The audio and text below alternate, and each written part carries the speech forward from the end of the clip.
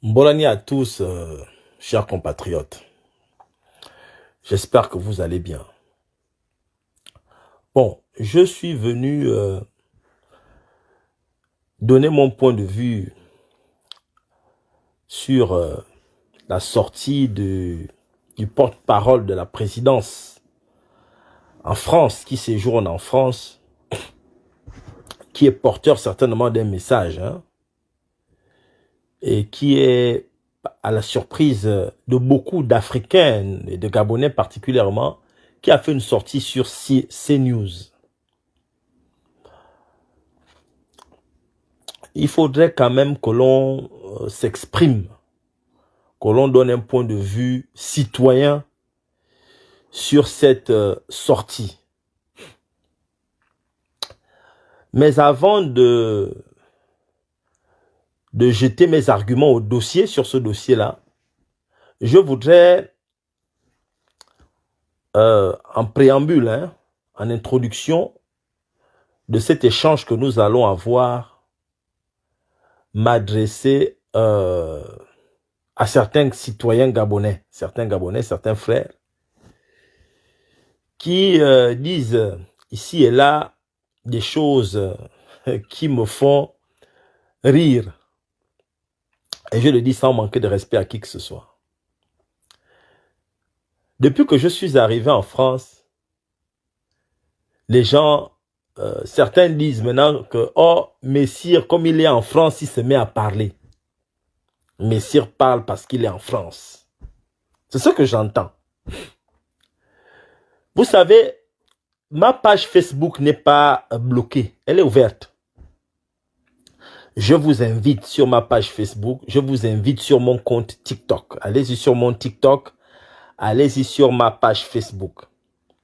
Ça ne fait pas un mois que je suis en France. Vous allez regarder, vous scrollez en bas, vous regardez pendant que j'étais au Gabon, vous regardez ce que je disais pendant que j'étais au Gabon. C'est ce que vous appelez la VAR. Allez ici sur la VAR, mes lives ne sont pas effacés. Vous repartez sur ce que je disais au Gabon, vous allez voir que je m'exprimais autant lorsque j'étais au pays.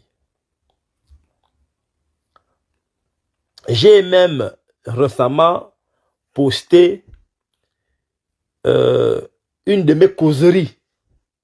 J'ai posté une de mes causeries sur mon compte TikTok pour que vous ayez un aperçu de comment je parlais, comment je m'exprimais lors de mes différents échanges avec les Gabonais dans les PK.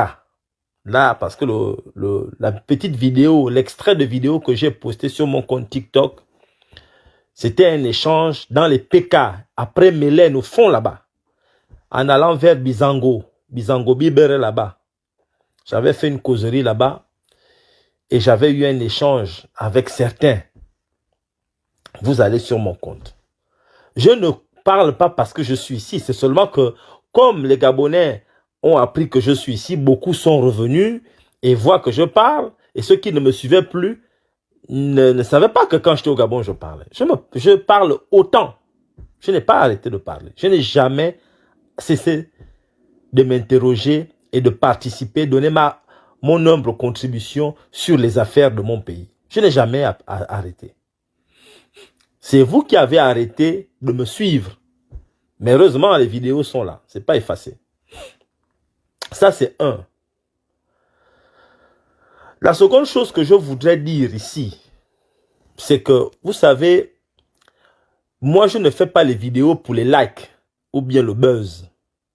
Ça ne m'intéresse pas.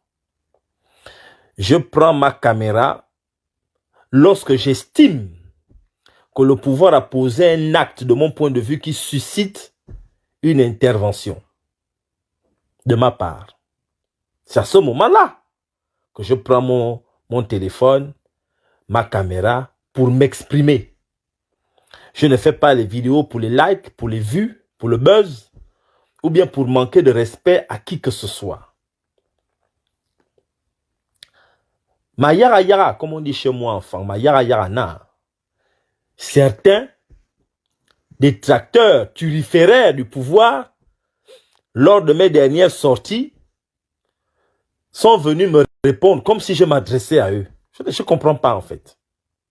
Je ne m'adresse pas à vous, vous n'êtes pas ma cible. Je donne ma contribution. Bon, vous venez me répondre. Bon, moi je ne suis pas dans les clashs. Je vais la bobo vidéo à Kalanze Bobo clash. Je suis trop vieux pour les clashs. Mais je voulais quand même dire à certains, parce que on m'a envoyé les droits de réponse. Enfin, je ne sais pas, on fait un droit de réponse lorsqu'on s'adresse à vous. Mais je n'ai jamais compris que quelqu'un va venir faire un droit de réponse alors que celui qui a fait la vidéo ne s'adresse même pas à toi. Mais Wanzo Bobo, droit de réponse. Mais bon, c'est pas grave. Je voulais vous dire, hein, vous savez, je vais vous parler d'abord de comment je vois Oligingama. Moi, je ne suis pas contre tout ce que le régime qui est au pouvoir fait. Il y a des choses que le régime actuel pose où je dis, je suis d'accord. Mais je ne suis pas aussi contraint de venir faire les vidéos pour vous dire que je suis d'accord. Je ne suis pas. Ce n'est pas mon rôle. Ça, je laisse à vos porte-paroles et les gens à qui vous avez donné ceci et cela. Moi, ce n'est pas mon rôle de venir ici faire les vidéos pour dire que là, vous avez bien fait, là, vous avez bien fait. Je ne suis pas là pour partager les bons points. Et encore que lorsque je m'oppose, je ne partage pas les mauvais points. J'exprime juste un point de vue. Et si vous observez, lorsque je m'oppose, je ne viens pas m'opposer pour m'opposer. Je donne des pistes de solutions, souvent. Je vous dis, vous avez mal fait, vous auriez pu faire comme ceci ou comme cela. Parce que le Gabon est tellement dans l'obscurantisme qu'il est important de faire œuvre pédagogique à travers nos sorties. J'essaye d'apporter, de partager mon expérience, comment je vois le Gabon, à travers la toute petite expérience que j'ai. Je ne suis pas juge. Ce n'est pas mon rôle. Vous savez, moi j'ai beaucoup de respect. J'ai beaucoup de respect pour Oligingama. Je dis bien, j'insiste. J'ai du respect pour l'homme qu'on appelle Oligingama. J'ai du respect pour lui. Parce que différemment de beaucoup de Gabonais là, je sais ce qui s'est passé aujourd'hui pendant le coup d'État. Je peux vous raconter le coup d'État là, comment ça s'est passé. Je peux vous raconter comment ça s'est passé. Je sais ce qui s'est passé pendant ce coup d'État. Si vous partez dans mes premières vidéos au lendemain du coup d'État, vous regardez les vidéos que j'ai fait entre 10 jours après le coup d'État ou 20 jours après le coup d'État, vous allez voir, le coup d'État s'est passé en août 2023. Allez-y, regardez mes vidéos de novembre, décembre, jusqu'en janvier. Allez-y, regardez mes vidéos. Novembre, décembre, janvier. Parce qu'à partir de novembre, décembre, je commençais à comprendre. On se perd dans la forêt lorsque tu ne sais pas ce qu'il y a dans la forêt. Mais moi, j'ai beaucoup de respect pour Oligingama. Je sais pourquoi je respecte cet homme. Je sais pourquoi je le respecte. Sans être un turiféraire, hein, je ne suis pas un encenseur. Je le respecte. Bientôt, peut-être qu'un jour, je vous dirai pourquoi je dis que je le respecte. Vous comprenez? C'est important. Cet homme-là, vous avez vu, après le coup d'État, vous avez vu les gens courir. Courir. Les gens faisaient la course au poste, aux fonctions. Les gens faisaient la course au poste, aux fonctions. Ils étaient en train de courir parce que les gens voulaient avoir un poste. Moi, je n'ai jamais couru derrière ça. J'aurais pu, hein. Lorsqu'on invitait, le jour où le président a reçu les Gabonais à la présidence, j'aurais pu aller. Je ne suis pas allé. Je ne suis pas allé. Je suis resté chez moi. Beaucoup d'événements. J'étais chez moi. Jusqu'au jour où le président lui-même, Oligui Nguema, à la surprise générale, enfin à ma surprise aussi, un dimanche, le président a envoyé des gens me chercher dans la ville pour m'inviter à la présidence. Oligui Nguema a envoyé les gens. Trouvez-moi messire. On est venu me chercher, j'allais faire mon sport. Dimanche matin, Fnakras, Temtem, mon téléphone ne fait que sonner. Bourbeuf me disant, je dis, mais qu'est-ce qu'on me cherche là? Je suis allé à la présidence, moi. Le président Oligui Nguema là m'a honoré. Il m'a honoré. Il m'a reçu à la présidence. Dimanche, il n'y avait personne à la présidence. Dimanche. Mfnakras. Nous avons discuté, 3 heures de temps, le président et moi. Je ne viendrai jamais vous dire ce que le président et moi on s'est dit. Il sait ce que je lui ai dit. Et moi, je sais ce qu'il m'a dit. Je ne vous le dirai pas par respect de l'homme, de la fonction qu'il incarne. Parce qu'il faut être sage, il faut être mature. Je suis quelqu'un de sage et de mature. Nous avons discuté à deux pendant 3 heures de temps. Donc, vous qui me parlez mal là, les turiféraires du pouvoir là, je ne sais pas si on vous a honoré comme ça. Moi, on m'a honoré. On m'a honoré. Quand quelqu'un vous honore, la plus haute institution d'un pays t'honore, ça veut dire que tu n'es pas n'importe qui. Et quand on te donne le statut que tu n'es pas n'importe qui, parce qu'il y a des gens, ils ne savent pas qu'ils ne sont pas n'importe qui, et ils se comportent mal.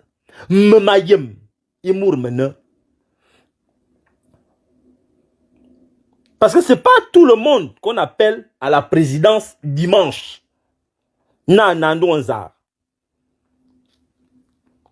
Et le plus beau cadeau que le président m'a offert, le plus beau cadeau, ce n'est pas un véhicule.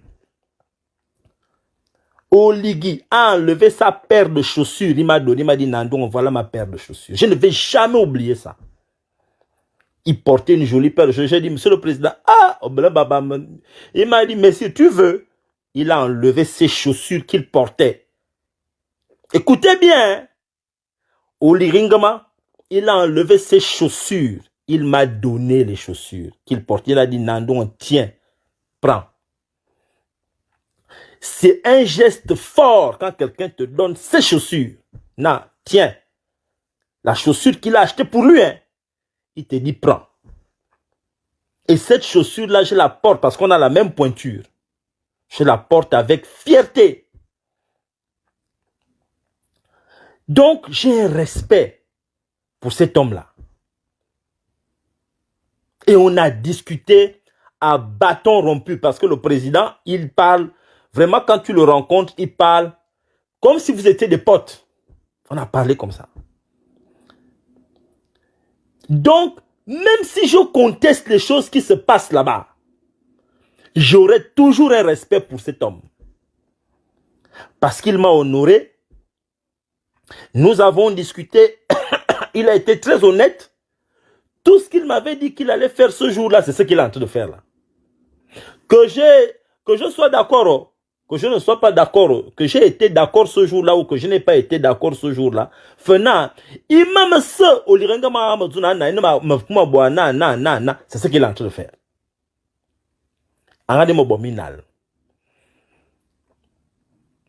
Tout ce qu'il m'a dit, que voilà ce que je vais faire, c'est ce qu'il est en train de faire là. Je lui ai donné des conseils. Mais je ne rentrerai pas dans ce qu'il m'a dit, dans les détails, parce que je ne fais pas le Congo ça. Je tiens juste à dire aux turiféraires, vous qui me parlez mal là, que nous ne sommes pas pareils, Ngongol. Je ne suis pas en haut, je ne suis pas en bas, mais FNAM, nous ne sommes pas pareils. Je vous le dis vraiment, avec tout le respect que j'ai pour vous. Nous ne cherchons pas les mêmes choses. Nous ne cherchons pas les mêmes choses. Vraiment, je vous le dis. Hein. Parce que j'ai entendu, et je me permets de citer son nom, un grand frère, parce qu'il est plus âgé que moi, Fortuné Edou, qui a fait une vidéo pour soi-disant me répondre. Moi, il me dit, cher grand frère Fortuné Edou, on ne se connaît pas. Je ne me suis jamais assis avec toi, Nabia Temilang. Jamais. Je viens de passer 3 ans au Gabon.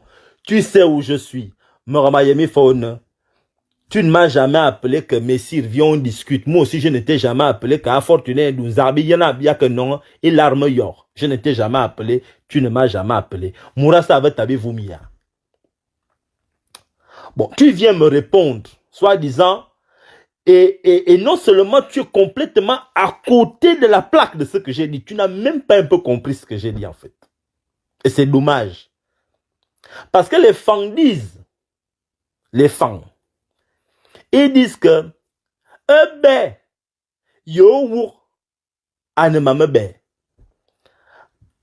entendre, c'est-à-dire que me veut écouter et comprendre, c'est différent. Me vous obé, ça veut dire je t'écoute. Maintenant, me voir, ça veut dire je comprends. Quand tu écoutes quand tu vas regarder mon live, tu dois comprendre ce que je dis. Il faut comprendre ce que je suis en train de dire. Si tu n'arrives pas à comprendre, fais-toi accompagner de quelqu'un qui va t'expliquer ce que je dis. Ou bien, essaye de consulter quelqu'un d'autre que non. Ce que Messire a dit là, moi j'ai compris ça comme ça. Toi, tu as compris ça comment? Et il va t'expliquer. Il va t'expliquer ce que je veux dire. Et puis à partir de là, tu vas comprendre mieux. Parce que tu n'as pas compris mon live. Moi, pour la première fois, je continue avec Fortuné Edou. Je suis allé dans le Facebook de Fortuné Edou pour aller regarder son activité. Parce que je me suis dit, à partir du moment où ce grand frère vient me répondre, c'est qu'il m'invite à me concentrer un peu sur lui. Je suis allé, j'ai passé 5 à 10 minutes dans ton Facebook. Et j'étais impressionné de constater que Fortuné Edou, il n'y a pas longtemps, ou bien l'année dernière, il s'est rendu en Guinée équatoriale. Fortuné Edou, il était en Guinée équatoriale. Et en Guinée équatoriale, il est parti là-bas en voiture. Et sur le chemin, il s'est arrêté pour faire une vidéo pour montrer aux Gabonais qu'en Guinée équatoriale, sur l'autoroute, la Guinée équatoriale a construit une autoroute et tous les 1 kilomètre, il y a un téléphone. Sur l'autoroute, un téléphone pour appeler en cas de problème. C'est-à-dire que quand tu rentres en Guinée équatoriale sur leur autoroute, si tu as un problème la journée ou la nuit, il y a des téléphones, il y a un téléphone chaque 1 kilomètre ou 2 kilomètres, il y a un téléphone. Tu peux appeler. Si tu as un problème, tu appelles. Pour qu'on vienne te secourir. C'est Fortuné Edou qui a filmé. Et il a envoyé ça au Gabon. Pour dire au Gabon que vous avez vu chez les autres. Il y a le téléphone sur l'autoroute en Guinée équatoriale pour dire que quand tu as un problème, tu appelles et on vient te secourir. À Fortuné Edou, cher grand frère, pourquoi tu as dit ça? Mais tu l'as dit parce que on se compare à ce qu'il y a de mieux. On doit comparer le Gabon à ce qui se fait de mieux chez les autres. Mais c'est la même chose que j'essaie de faire. Quand le pouvoir pose un acte que nous estimons tous, vous êtes là-bas, peut-être que me veut marre parce que vous attendez quelque chose. Moi, je n'attends rien. Vous, peut-être que vous attendez quelque chose. C'est la raison pour laquelle vous avez pris une posture. Moi, je vous dis que j'ai rencontré le président. Le président m'a fait honneur. Et ce n'est pas la seule fois que je l'ai rencontré. J'ai rencontré le président plusieurs fois. Nous avons échangé plusieurs fois. Mais voilà, il y a des âmes avec mon grand frère Olivier Ngama. Je n'attends pas grand-chose de lui. Mais il m'a respecté et je le respecte. La personne qui te respecte, il faut respecter la personne. Et moi qui vous parle là, les gens qui ne m'aiment pas ou bien qui pensent que je déteste Oligui, je ne sais pas le problème que vous avez. Moi, j'ai fait la campagne du président là. Nous sommes partis de Makokou. Makokou.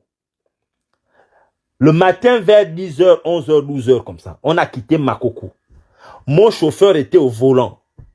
On partait à Franceville. C'était à l'époque du couvre-feu. Arrivé, on a dépassé même l'endroit qu'ils appellent où il y a la jeune fille là qui est devenue Zogele là, que les enfants là, parce que c'est sur la route en allant sur Franceville. Ah, c'est entre Makokou et en allant vers Okunja. Zolende ou Zolende. On est allé à Koba Koba. On arrive, mon chauffeur a conduit de Makokou jusqu'à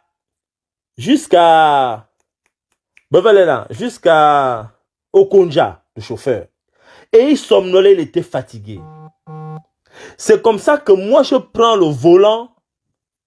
Il est quasiment minuit. Je prends le volant à Okunja. Je n'avais jamais conduit dans cet endroit-là. Je ne connaissais pas la route. C'était la première fois que Nandon, j'arrivais à Okunja. J'ai pris la voiture à Okunja à minuit. Il fallait qu'on arrive à Franceville avant le couvre-feu. Me voilà maintenant au volant à tombeau ouvert. Je dis bien à tombeau ouvert, partant d'Okunja pour Franceville. Pour parler de qui? Pour aller parler d'Oligui Nguema. Vous qui parlez là, vous avez fait ça. Moi, Nandouan, parce que ceux qui connaissent la route là, hein, les arbres sont quasiment en route. Les arbres ont mangé la route. Et je ne connais pas la route. Et il est minuit. Et je fais du 120, 130 km/h. Dans un endroit en serpentin, comme vous dites la serpentine. La nuit, meni Nandouan me volant. Pour aller faire la campagne, parler d'Oligui Nguema. Alors, vous dites que je ne dois pas critiquer quand ça ne va pas. Être avec le président ne veut pas dire qu'on doit faire le turiféraire. Non, dès qu'il y a un truc, oui, monsieur le président, c'est bon. Moi, je ne fais pas ça. Je ne fais pas cette chose-là. Quand c'est pas bon, je dis c'est pas bon. Quand c'est bon, matabi-vous, je ne parle pas. Il n'y a pas de démocratie sans débat. Ce ne sont pas les Blancs qui ont amené la démocratie en Afrique. La démocratie a toujours existé en Afrique. Allez-y dans les villages. Si vous allez dans les villages, vous allez remarquer que les décisions dans les villages se prennent de manière collégiale. Chez nous, les femmes, on appelle ça Angbang. Il n'y a que Téangbang, il n'y a que Kalangbang. On va au corps de garde. Les décisions dans la majorité de nos villages, pour ne pas dire la totalité, se sont toujours prises de manière collégiale. Vous savez que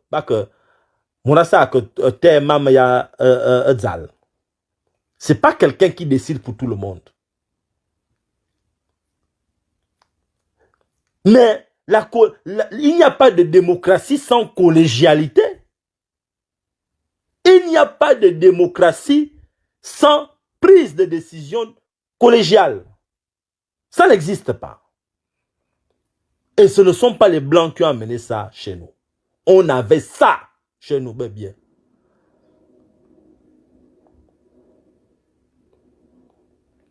Donc arrêtez de jouer la démocratie. Non, on avait. Eux, ils ont amené leur modèle de démocratie. Ce qu'ils appellent la démocratie participative. qui est, à mon sens, une fausse démocratie. La démocratie représentative, participative, non. Comme on ne peut pas aller à l'exécutif ou au législatif, on envoie des représentants. Le peuple envoie des représentants. Parce que toi, vie. Au village, nous ne sommes pas nombreux. Et encore qu'au village, au corps de garde, ce n'est pas tout le monde qui arrive là-bas. Chaque famille envoie un représentant. Je dis bien, chaque famille envoie un représentant ou deux qui prennent la parole. Mais Mouras, tout le monde doit venir. On n'empêche personne de venir au corps de garde. Sauf que tout le monde n'a pas droit à la parole. C'est comme ça. Mais tu peux être là. Mais enfin, moi je ne vous comprends pas. Pourquoi est-ce que chaque fois que nous ne sommes pas d'accord, vous nous taxez? Je pense même que être activiste, ça devient un problème. Être opposant devient un problème. On te cherche des problèmes. Mais non. On ne peut pas développer le Gabon sans débat contradictoire. On ne peut pas développer le Gabon sans confrontation de nos idées. On ne peut pas. Vous voulez développer le Gabon là comment? On peut comprendre que quand on t'a nommé, tu ne parles pas. Si on t'a nommé, c'est normal. Tu appartiens, tu dois défendre ton camp, c'est normal. Mais respecter les autres.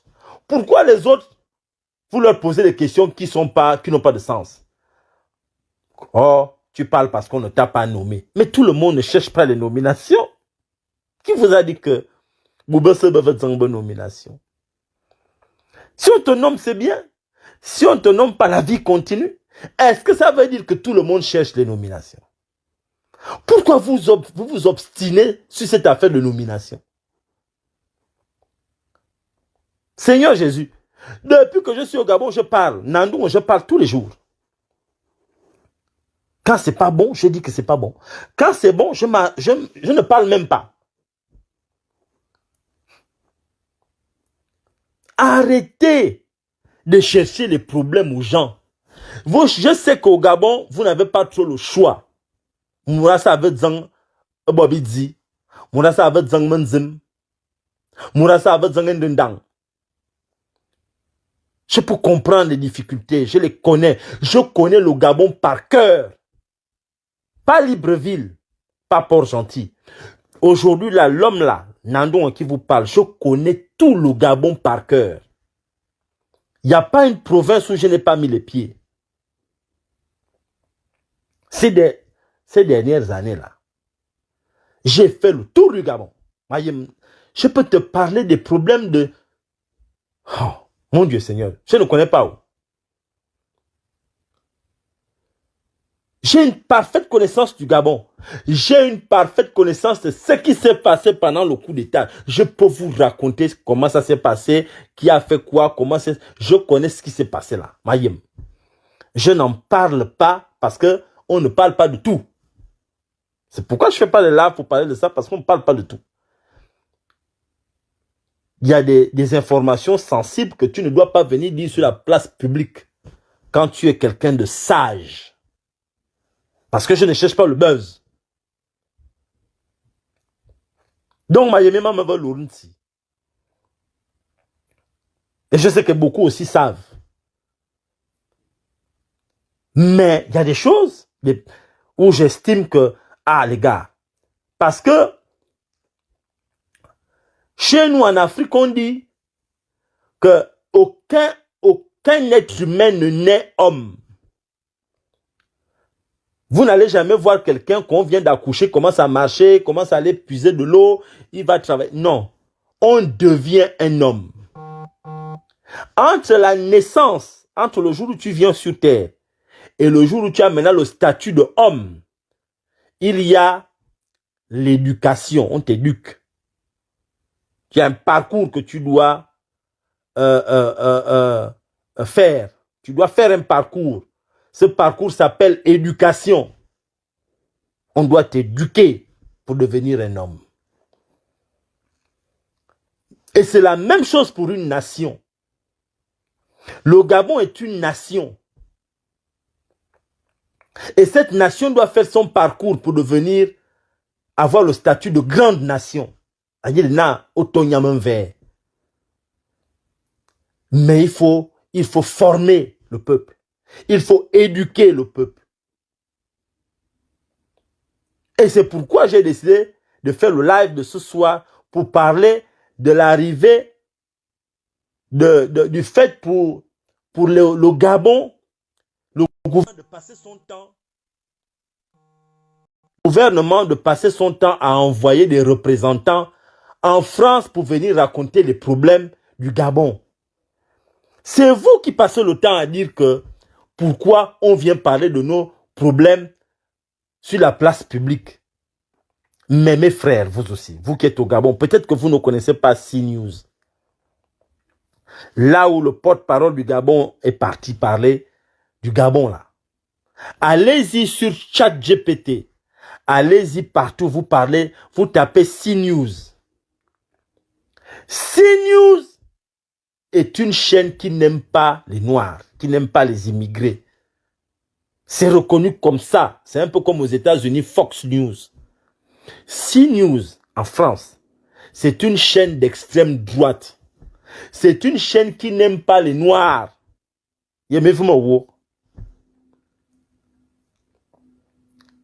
C'est une chaîne qui est conservatrice. C'est la chaîne des autochtones.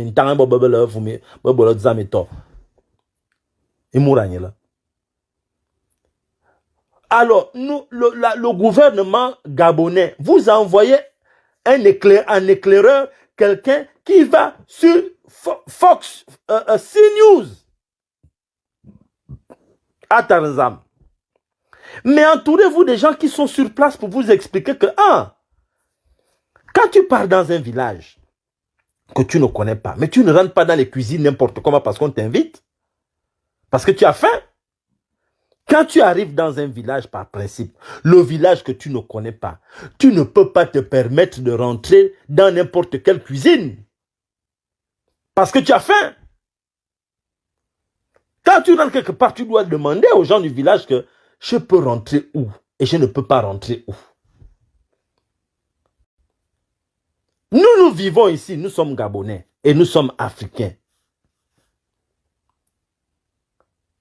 Quand vous venez, vous ne représentez pas seulement le Gabon. Il n'y a pas que les Gabonais qui vous suivent. Il y a aussi les Africains. Mais si vous devez aller parler dans une chaîne, c'est pas à CNews. C'est pas à CNews que tu vas parler des problèmes du Gabon. Premièrement, eux, ils s'en foutent.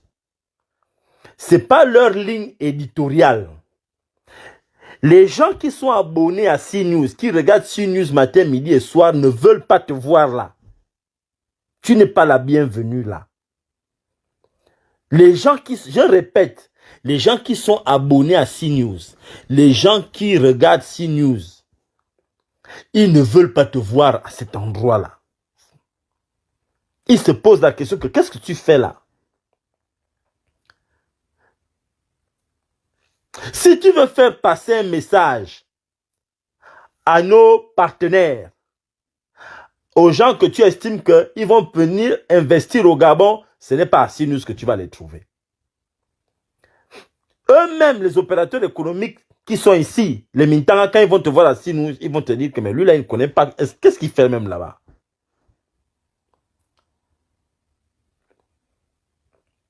C'est pas à CNews à Tarzan. CNews. Il y a plusieurs chaînes. Tu laisses TF1, tu laisses France, machin, tu laisses toutes les chaînes qu'il y a ici. Wakoko Mama Yanti, à CNews. Oh, c'est comme si un chrétien, un pasteur arrivait dans un village et il veut prêcher la parole et il va dans un banja. Là où les gens sont en train de faire la veillée de Bouti, tu amènes la Bible là-bas en pleine veillée et tu leur dis Moi, je suis venu vous prêcher, mais ils vont pas comprendre ce que tu es en train de raconter du début à la fin.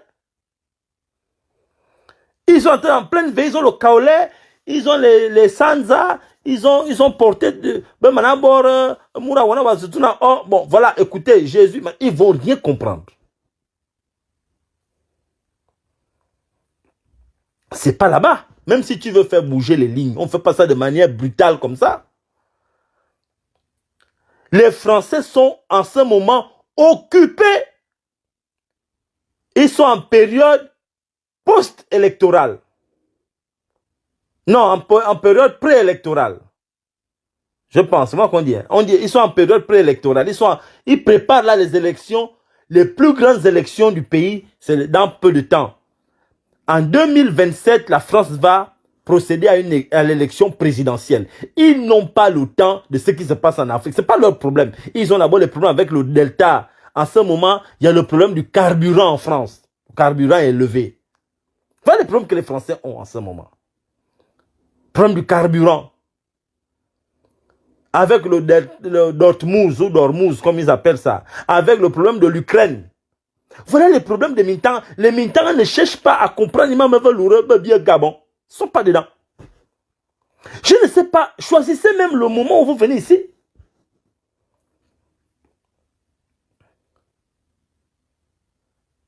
Mais faites attention. Mais je ne sais pas le problème. Ou bien vous voulez bluffer Oligui parce qu'Oligui ne connaît pas ce qui se passe. Vous voulez lui montrer que, je suis venu en France, hein, j'ai fait ce que vous m'avez demandé, je suis passé dans les chaînes. Mais ce n'est pas les chaînes-là qui intéressent les Français. Je vous ai déjà dit, tout Français qui a envie d'investir en Afrique regarde les chaînes africaines. Moi, j'ai fait le tour de France. Je connais beaucoup de militants ici. Je connais les militants, quand ils sont mariés, quand un blanc est marié à une Gabonaise, il va regarder la chaîne gabonaise. Mais pourquoi vous avez mis Gabon Première sur le câble? Est-ce que vous pouvez m'expliquer pourquoi Gabon Première est sur le bouquet international? Pourquoi? Il y a un bouquet ici, quand tu le prends, tu as Gabon Première. Les Français qui sont intéressés par le Gabon, ils tapent Gabon, ils vont savoir. Si un Français a l'intention d'aller investir au Gabon, mais il sait où aller prendre l'information. Vous n'avez pas besoin d'envoyer les gens ici, en France. D'abord, rien que ça, je ne suis pas d'accord. Pourquoi vous passez le temps à envoyer des gens ici, en France? C'est du paternalisme. C'est de la servitude volontaire. C'est comme ça que j'analyse ça. Nous avons des partenaires, comme tous les autres ont des partenaires. La France a des partenaires. Je n'ai jamais vu le porte-parole de l'Élysée aller parler aux États-Unis. Ou bien le porte-parole des États-Unis venir parler ici en France, dans les chaînes françaises. Je n'ai jamais vu ça. Je n'ai jamais vu le porte-parole de la Belgique, de la présidence, ou bien de je ne sais pas quoi en Belgique, venir ici en France, venir parler des accords bilatéraux entre les deux pays. Je n'ai jamais vu. J'ai vécu en Angleterre longtemps. J'ai fait quasiment 15 ans à Londres. Je n'ai jamais vu.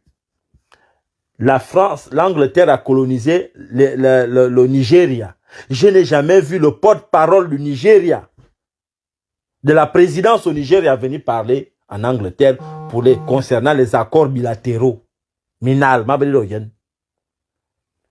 je n'ai jamais vu le porte-parole je ne sais pas, je prends l'Ouganda, venir en Angleterre, venir voir Tony Blair, pour venir parler dans les chaînes anglaises des accords bilatéraux. Mais vous parlez chez vous. Celui que ça intéresse, il va prendre la nouvelle. Et le gouvernement gabonais, vous n'êtes pas là pour servir, pour venir parler, raconter à la France. Vous êtes là pour aller raconter à votre population des accords bilatéraux. Les accords bilatéraux entre la France et le Gabon intéressent d'abord les Gabonais. S'il y a un endroit où vous devrez aller les raconter, c'est au Gabon, ce n'est pas en France. Bourba me dit mina yen vana. Les Bakou me dit amina yen va. Ils veulent pas vous voir. C'est quoi cette servitude volontaire? Non, vous dépensez l'argent du contribuable. Déjà, on a des problèmes de déficit budgétaire, de finances. On a des problèmes de trésorerie au Gabon. Et vous venez ici. Mais les gens ne vont pas vous comprendre. Je peux encore comprendre que vous allez voir l'AFD, les organismes qui doivent vous prêter de l'argent.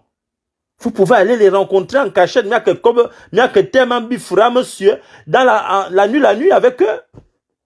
Mais vous ne pouvez pas venir dans la lumière pour venir parler. En France, en 2026, nous sommes en 2026.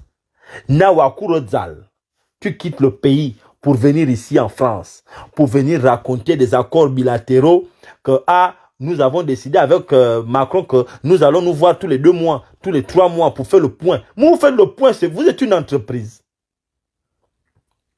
Bah, le point de quoi? Macron est en train de préparer sa sortie. Il est là. Macron, il est préoccupé. Il fait son dernier tour là. À gauche, à droite. Il est en train de faire son dernier tour. Dans peu de temps, il cherche peut-être le pognon pour la campagne de son groupe, pour les gens qui vont rester. Parce qu'il faut trouver un peu le pognon ici et là. On sait comment ça se passe désormais. Voilà, toi tu quittes le Gabon pour venir ici. Pour venir raconter. Oh. Mais moi je ne comprends pas. Pourquoi on est comme ça? Qui est même derrière ce genre d'organisation-là? Hein? Et la dame, aussi vicieuse, la noire là. Hein? La noire là, tellement vicieuse, elle te pose la question, qu'est-ce que CNews est une chaîne raciste? Mais elle n'a pas posé la question là par hasard. On sent que tu ne t'y attendais pas. Tu viens de tomber dans le piège. Le gouvernement gabonais est venu tomber dans ce piège-là. Où était le rapport entre ce que tu es venu dire et cette question? Est-ce que ça te concerne? Pourquoi elle te pose la question? Elle te pose la question là, pourquoi? Mais tu aurais pu dire que je ne suis pas là pour venir répondre à une telle question. Ça ne me regarde pas. Ou bien il fallait lui dire que, mais madame, posez cette question-là aux Français. Ou bien aux populations qui habitent ici. Et elle aussi, elle aurait pu te dire que, mais ce que tu es venu dire là ne regarde pas aussi les Français. Il faut aller dire ça à tes populations. Parce que c'est ça. Quand tu es là où tu ne dois pas être, on te pose des questions auxquelles tu ne dois pas répondre. Parce que tu es déjà là où tu ne dois pas être. Et elle te pose des questions auxquelles toi tu ne dois pas répondre. Parce que je ne comprends pas. Pourquoi vous venez ici? Vous venez en France parler du Gabon. Pourquoi? Nous sommes un pays souverain. La notion de souveraineté à Irina, Mourassa Yeboy Mamia. On se retrouve pour parler business. Et chacun va rendre compte à son peuple. On se retrouve pour parler business. Chacun rend compte à son peuple. Le Gabon ne peut pas aller rendre compte à la France, au peuple français. Le peuple français, les dirigeants français ne peuvent pas venir nous rendre compte de ce qui se passe. Chacun rend compte à son peuple. Quand Macron arrive au Gabon et qu'il fait une conférence de presse, il s'adresse d'abord à la France, même quand il est au Gabon. Il s'adresse à la France. Quand je suis ici, voilà ce que je suis en train de faire et voilà ce que mon pays va gagner. Macron, quand il vient au Gabon, quand il organise une conférence de presse où il répond aux questions, il s'adresse à la France. Il ne s'adresse pas au Gabon. Parce que ce n'est pas le Gabon qui l'a mis président, ce sont les Français. Quand Oligui organise une conférence de presse en France, ou bien on l'appelle, tout ce qu'il dit, il s'adresse au Gabon, aux Gabonais. C'est comme ça que ça se passe. Il défend les intérêts du Gabon et des Gabonais. Il rend compte d'abord aux Gabonais, exclusivement aux Gabonais. Mais il faut qu'on arrête ça. Et après, tu as des turiféraires au Gabon qui disent « Ah, mais c'est normal, on a des business, on ne vit pas en autarcie, on est aussi dans... » Mais on fait des choses que personne ne fait dans le concert des nations. Nous adoptons un comportement dans la mondialisation que personne d'autre n'a. Parce que nous ne sommes pas bêtes, nous on regarde aussi les autres. Pourquoi nous on fait différemment? Pourquoi on fait toujours en singleton dans des choses que personne d'autre ne fait? En tout cas, pas ceux qui se considèrent. Et ceux qui estiment qu'on doit nous considérer. Hein? Moi, je ne comprends pas. Excusez-moi. Je ne comprends pas. Pourquoi on affiche un tel comportement? On n'a pas besoin de ça à la famille. Nous sommes en 2026.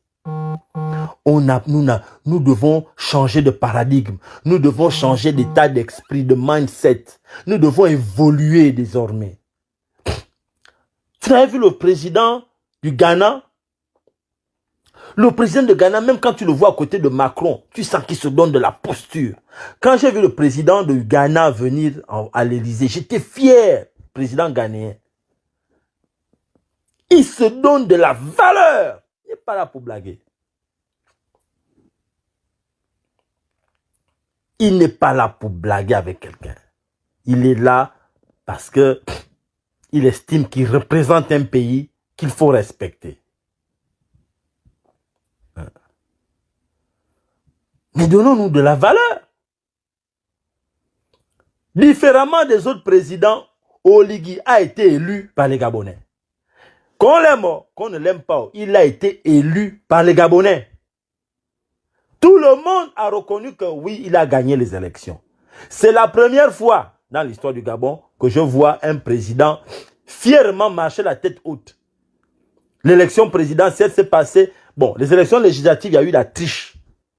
L'UDB a triché. Il y a eu la triche, beaucoup de triche. Mais les élections présidentielles, Oligui a gagné.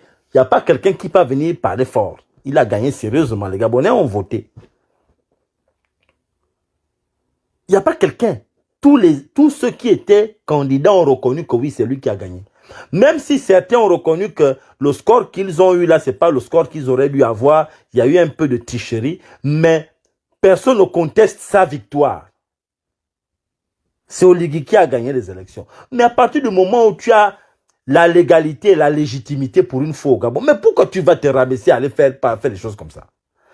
Envoyer les gens, aller se comporter, à ne bon dans sans angle chez les gens, n'importe comment. Mais on n'a pas besoin d'aller parler là-bas.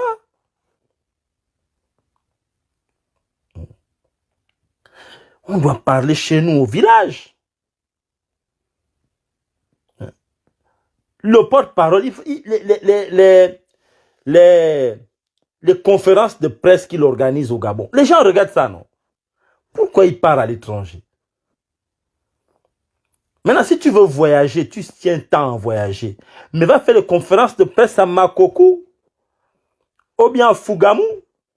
Puisque Wakoum a voyagé. Maintenant, tu peux me prendre l'avion, le Fokker. Là. Il y a les on a mis des petits aéroports un peu partout. On a un Fokker au conférence de presse Chibanga, Franceville, puisque Wakoum a voyagé.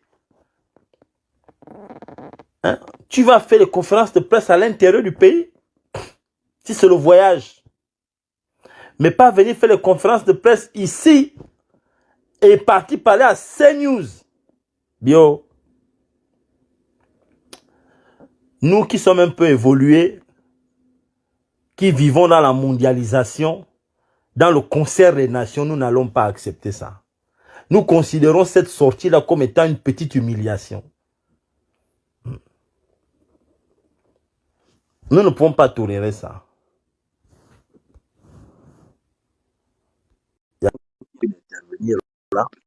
On n'a pas besoin de ça, en fait.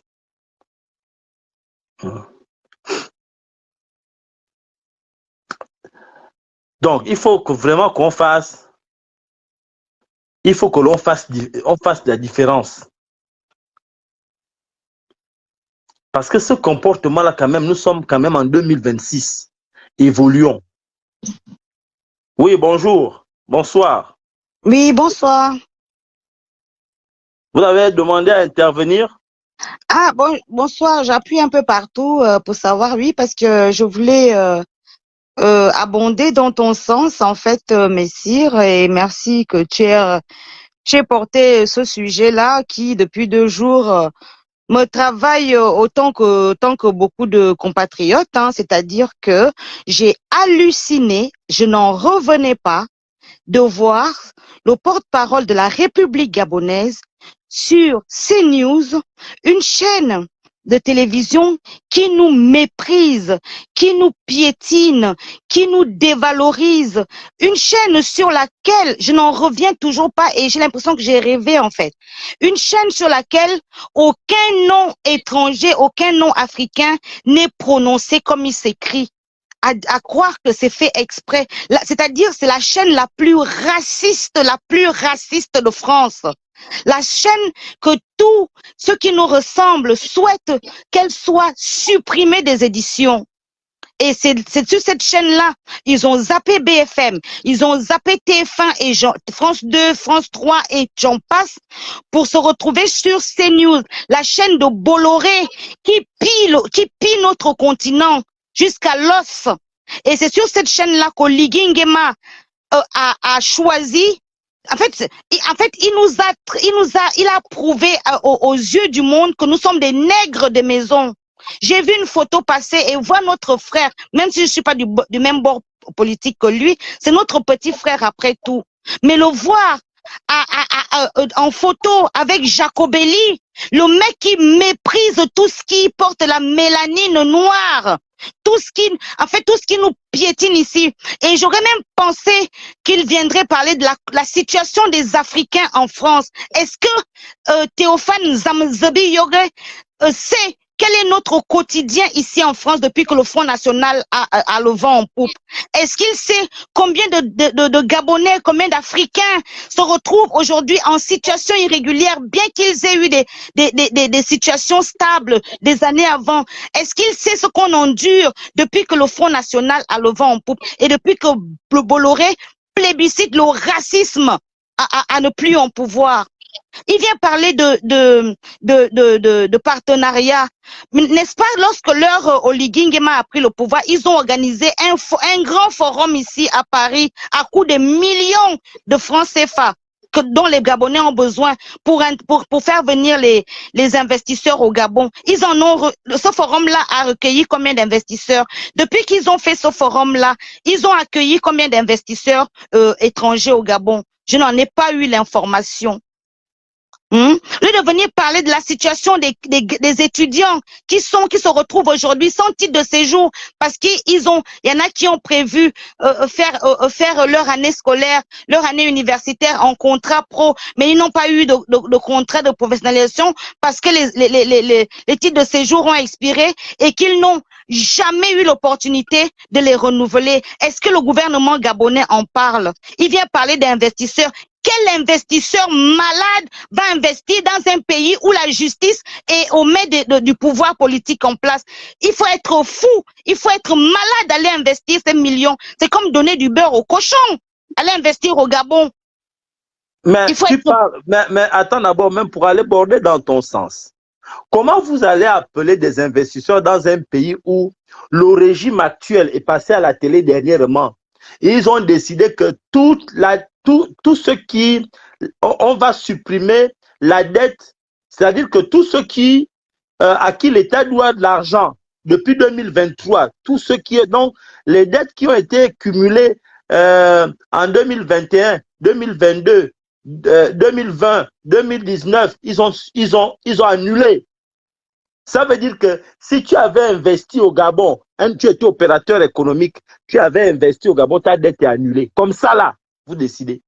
Un pays où on ne rembourse pas, quelle est la dette intérieure? La dette gabonaise ne fait que grimper, grimper, grimper, grimper, grimper. Vous pensez que Les gens là, quand ils doivent, s'il doit quelqu'un l'argent au Gabon, il va aller investir au Gabon là. Là où on ne rembourse pas la dette. Il n'y a pas l'argent pour rembourser la dette. Il faut être fou pour investir au Gabon. Il faut être malade. L'économie ne se porte pas bien. D'abord, l'économie mondiale, déjà, l'économie mondiale ne se porte pas bien actuellement. Plus grave, l'économie gabonaise, alors là, c'est encore un autre débat. L'économie gabonaise est en train de sombrer en ce moment. Nous sommes en train de sombrer. Tout ce que vous voyez comme investissement là, c'est à crédit, binona. Ce qu'on appelle chez nous enfants inona. On donne, les gens viennent à crédit. Même pas, ils ne savent même pas si on va rembourser. Donc, quand tu veux appeler des investisseurs, il faut d'abord travailler. D'abord, il y a des choses que tu dois mettre en place d'abord au préalable. Et ce n'est pas en venant parler sur CNews. Les gens qui regardent CNews ne veulent pas investir au Gabon. Jamais. Ici, non. Ils n'ont pas le temps du Gabon. Il y en a même qui ne savent même pas où se trouve le Gabon sur la carte du monde. Ce sont des conservateurs, ils n'ont pas le temps du Gabon. Ce sont des gens qui veulent que, majoritairement, qui veulent que tous les Noirs quittent le Gabon, la France. Nous avons eu, sans couper la parole, nous avons eu dernièrement en Seine-Saint-Denis un maire issu de l'immigration, issu de la communauté malienne qui est pourtant né en région parisienne, qui a fait ses études et tout, le monsieur Bali Bagayoko. Tu as vu comment son nom est prononcé sur CNews? Mais c'est une injure à toute une communauté. Ils sont même pas ils font ça exprès. Et ils le font exprès. Je suis même pas sûre que la Kelly là qui a reçu Théophane Zamzé, je suis même pas sûre qu'elle est capable de prononcer elle sait prononcer son nom. Il est allé faire exactement tout ce que nous fustigeons ici. Il est allé faire le nègre de maison. Ça a dû surprendre toute la population française de voir un noir assis à cette table. Et le plus grave, c'est que la maman qui l'a interviewée là, c'est pas, je la vois souvent au Gabon là-bas dans les forums, les colloques, elle vient parler à Libreville. La maman. Mais c'est la négresse de maison à CNews.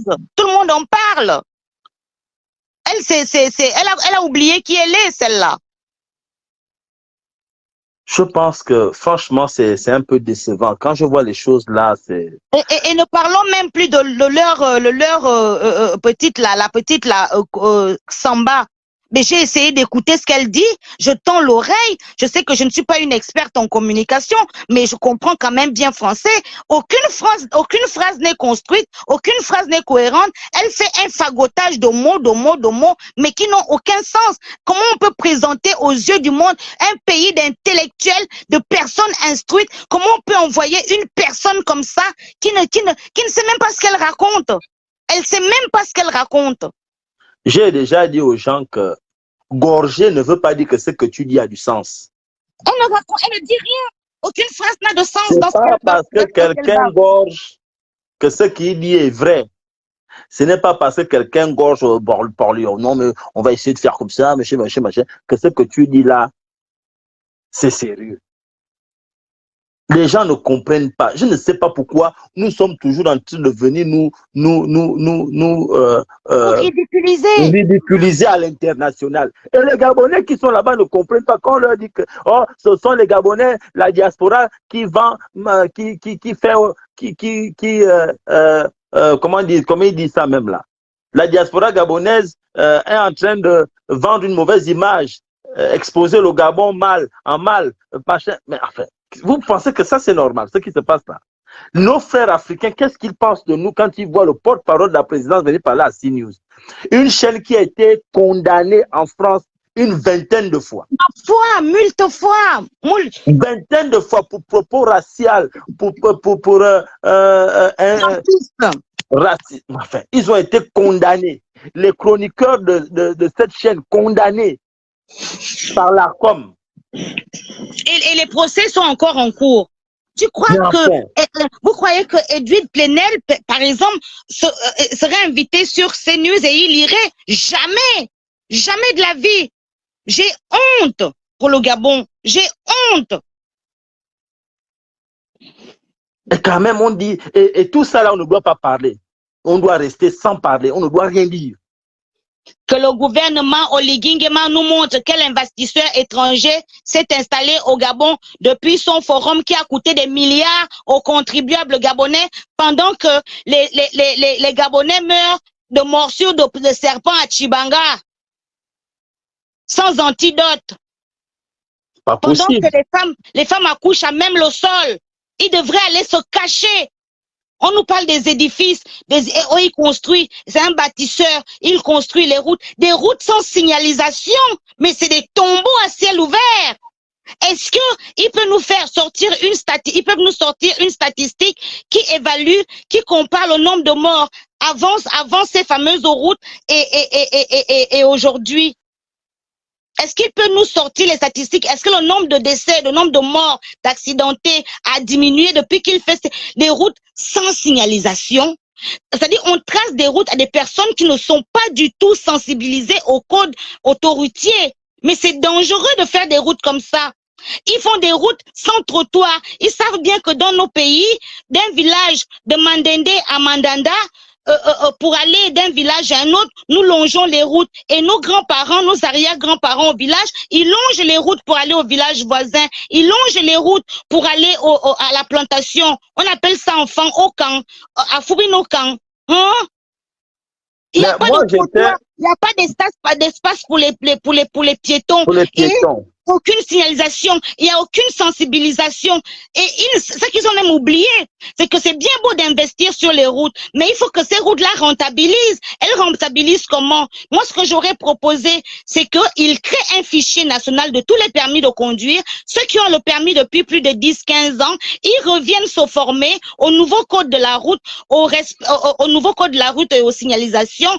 Ils payent une contribution à hauteur de 15 ou 20 000 et cet argent-là va être à nous. Non seulement ça va amortir en partie l'investissement qui a été fait, mais également il va contribuer à aménager et entretenir ces routes-là et veiller également à la formation des personnes qui assurent la sécurité sur ces routes-là. Créer des logiciels pour que ces voleurs de gendarmes et policiers qui minent les quartiers de Libreville fassent le travail qui leur est demandé. Comment est-ce que quel est le retour, quel sera le retour sur investissement de tout cet argent qu'il est en train de claquer à construire des routes qui n'ont pas de sens? Construire des édifices pour un peuple qui n'est pas sensibilisé, ça va servir à quoi? C'est comme donner du beurre au cochon. Je suis désolée. Et je vais même aller dans un autre sens en disant que quand je suis allé dans le Wellington, est-ce que tu sais que dans le Wellington, les habitants du Wellington, quand ils sont malades pour des maladies compliquées, ils vont se soigner en Guinée équatoriale. Ils me disent que, messire, en allant en Guinée équatoriale, c'est moins cher et les appareils sont de meilleure qualité. Quelle honte! Donc, les gens d'OIM, pour les fibromes, les gens qui ont les fibromes, les gens qui ont peut-être même le cancer, des maladies, ils préfèrent quitter OIM. Ils vont en Guinée équatoriale se soigner. C'est une honte. Quelle humiliation! Voilà la vérité que j'ai vécue quand on faisait des causeries dans tout le Wellington, on nous disait ça. Les gens vont se soigner en Guinée équatoriale. Parce que l'hôpital performant qu'il y a, c'est l'hôpital on appelle ça comment? L'hôpital qui se trouve à Libreville, au PK 10, qu'on appelle l'hôpital militaire. C'est trop loin pour eux. Ils préfèrent donc traverser là à côté, en Guinée équatoriale. Pourquoi ne pas construire un hôpital haut de gamme là-bas dans le Wellington? Pourquoi ne pas le faire? Et en discutant, sans te couper, et en discutant avec certains compatriotes qui sont sur le territoire, ils disent oui, si c'est pour les établissements scolaires, le président a construit de nouveaux établissements. Ça sert à quoi de construire de nouveaux établissements alors que nous avons, comme certains le disent, les étudiants, les élèves du lycée Mba, du lycée technique, du lycée d'État, par où nous sommes tous passés, vont chier à la plage parce que les toilettes sont saturées de caca partout. Pourquoi ne pas rénover ces édifices-là qui sont emblématiques, qui ont formé les élites de notre pays? Pourquoi ne pas les rénover? Ça coûterait moins cher. Voyons. Quand tu arrives au lycée d'État, c'est pas la peine, hein. Tu es triste. Le lycée d'État, là, qu'ils appellent Système-Machin Ndjendjela. Quand tu arrives au lycée d'État, tu rentres dedans. Oh! Tu es seulement fatigué, tu dis, mon Dieu. Ils sont complètement à côté de la plaque. Ils font des édifices parce que ils croient au bling bling. C'est comme voilà, c'est comme la personne, les femmes qui s'habillent en Coco Chanel alors que chez eux ça pue la merde. Hein? Dehors elle est en Coco Chanel, c'est juste pour l'apparence en fait. Mais le fond il n'y est pas. Je suis désolée, j'ai rien contre certains, mais quand on voit les faits, c'est nul. Le magistère d'Oligui Nguema est nul. Ses priorités sont de restaurer l'image d'Omar Bongo. C'est tout ce qu'il est venu instaurer et le dire, c'est pas en vouloir à la personne. Moi, je connais pas ce monsieur, j'ai rien contre lui, mais les faits parlent d'eux-mêmes. C'est nul à chier. Attends, il y a quelqu'un qui me dit, il y a l'hôpital canadien. Moi, je suis allé à l'hôpital canadien et j'ai même demandé aux gens du Wellington que mais il y a l'hôpital canadien. Premièrement, voilà ce qu'on me dit. La qualité des soins que eux ils ont en Guinée équatoriale est supérieure à ce qu'on leur donne à l'hôpital canadien. Je répète, ils m'ont dit au Wellington que la qualité de soins qu'il y a en Guinée équatoriale et le matériel, c'est supérieur en Guinée équatoriale que ce qu'ils ont à l'hôpital canadien. Ça, c'est premièrement. Les salles, comment on appelle ça, les chambres. Parce qu'un hôpital est un hôtel. Les chambres d'accueil en Guinée équatoriale, meilleure qualité. C'est pourquoi ils préfèrent aller en Guinée équatoriale. Alors, l'hôpital canadien, c'est hors de prix comparé à ce qu'il y a en Guinée équatoriale. C'est une honte, le Gabon. Voilà ce que moi, on m'a dit dans le Wellington. La seule chose qui a été restaurée, parce qu'ils nous ont dit au départ, restauration des institutions, la seule chose qui a été restaurée jusqu'à l'heure où je vous parle, c'est le palais d'Omar Bongo. Les institutions qui ont été restaurées, c'est l'image d'Omar Bongo. Moi, je constate que c'est vers ça qu'on parle. La justice, aucune restauration. L'éducation, aucune restauration. La corruption, on n'en parle même pas, alors qu'elle foisonne, celle qui pourrit l'environnement social et économique du pays. La corruption. Attends, Reine, il y a quelqu'un qui pose la question, qui dit, mais où est le rapport entre les constructions du président et les établissements qui doivent être entretenus par les proviseurs? Jeune homme, tu ne connais pas comment un pays... Mais non, il faut lui expliquer. L'État a un rôle primordial à jouer dans l'entretien et le maintien de ces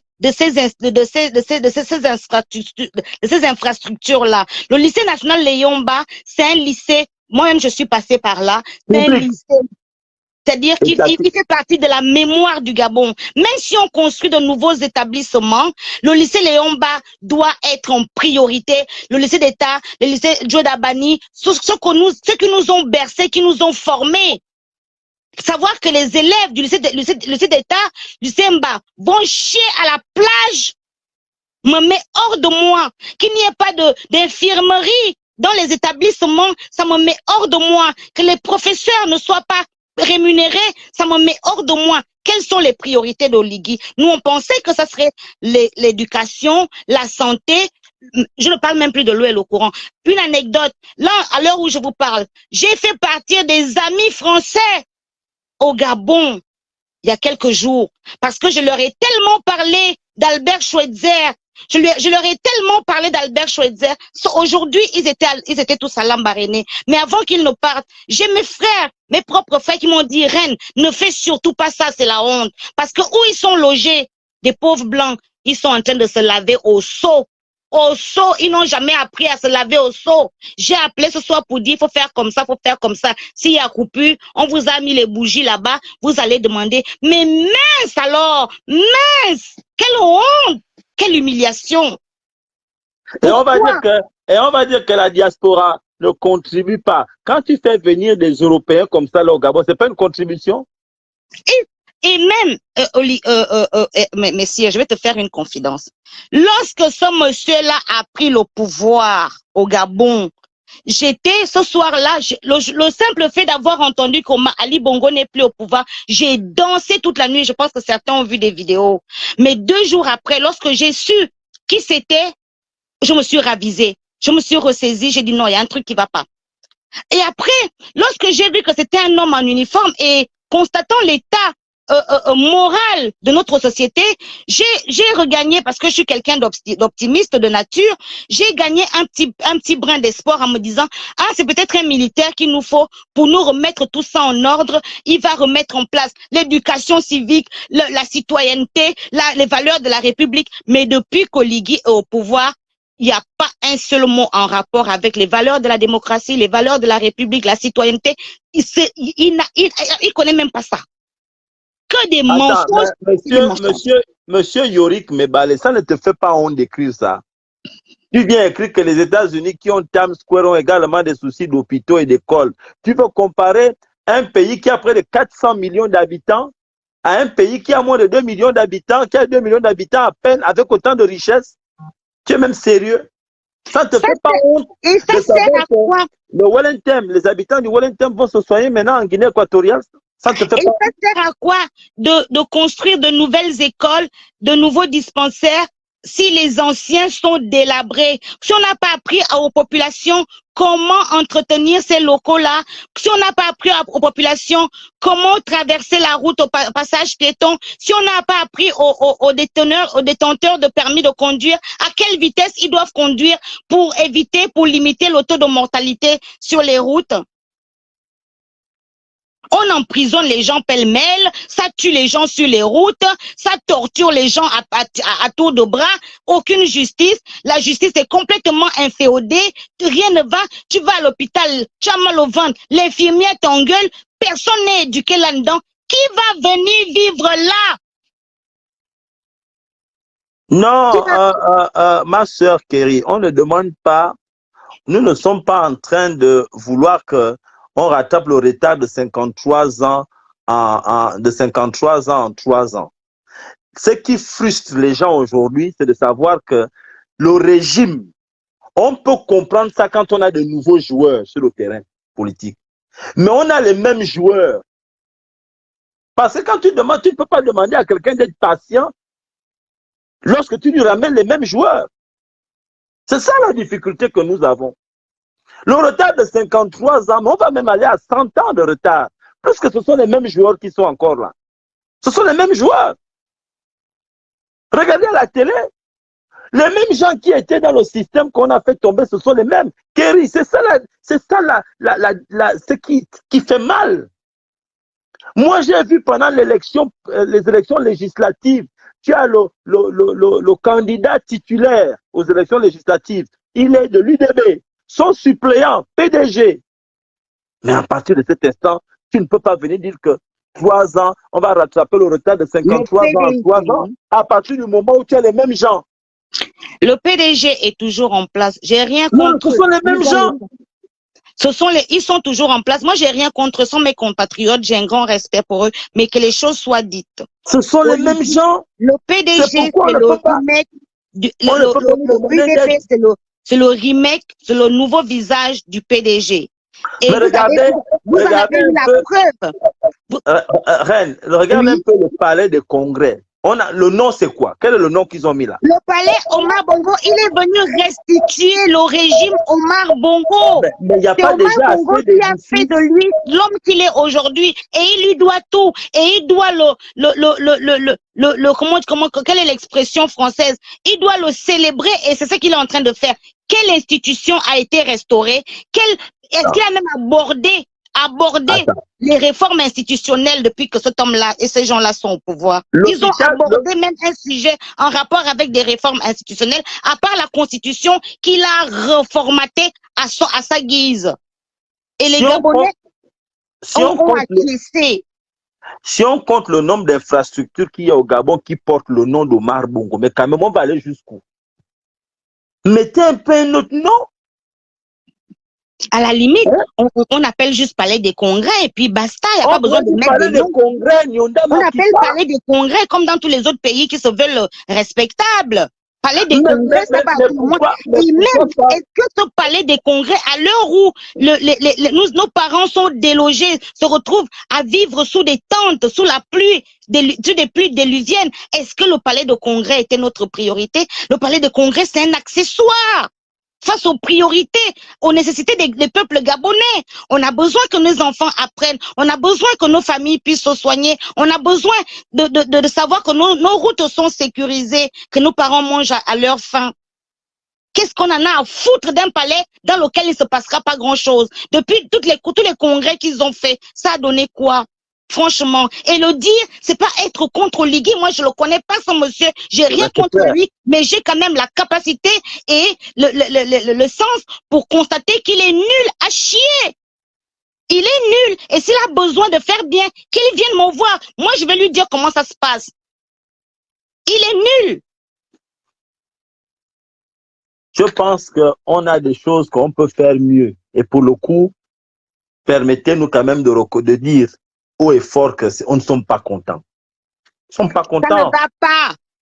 Et le pire, c'est comme ils ont du pouvoir, de l'argent, ils absorbent vers eux des intelligences, comme ce petit Théophane Zameze qui vient raconter des balivernes parce qu'il fait de belles phrases construites. Mais attends, la manipulation, ça marche avec les dindons. Hein. Moi, ça passe pas chez moi. Ce qu'il a raconté, c'est du bidon, du fake. Il s'ennuie, qu'il prenne son argent et qu'il ferme sa gueule, quoi. On n'a pas besoin de donner encore le nom du palais de congrès Omar Bongo, avec tout le respect que j'ai pour lui. Mais enfin, il y a beaucoup de gens là. Nyonda Makita Mavururu, on pourrait dire palais de congrès Nyonda Makita, qui s'est battu. On pouvait mettre Mantolo, je ne sais pas moi, il y a beaucoup de noms. Est-ce que ce sont les noms qui manquent au Gabon? Ils prennent des gens qui se sont battus. Pourquoi toujours les mêmes? Ils prennent, attends, quand je vois, comment il s'appelle là, Mouketou. Jean-Aimé Mouketou, conseiller diaspora. Moi, je sors de cette diaspora. Un Mouketou ne peut jamais me représenter. Il ne porte aucune valeur qui fait ma personne. Il ne fait aucune... Lui, son doctorat qu'il a eu, ça donne même pas envie de faire un doctorat. Il s'appelle Mouketou, mais son doctorat, c'est un doctorat Moutouki. Il humilie la diaspora. Il fait honte. Nous nous battons ici depuis des années pour faire valoir nos droits, pour faire valoir nos valeurs.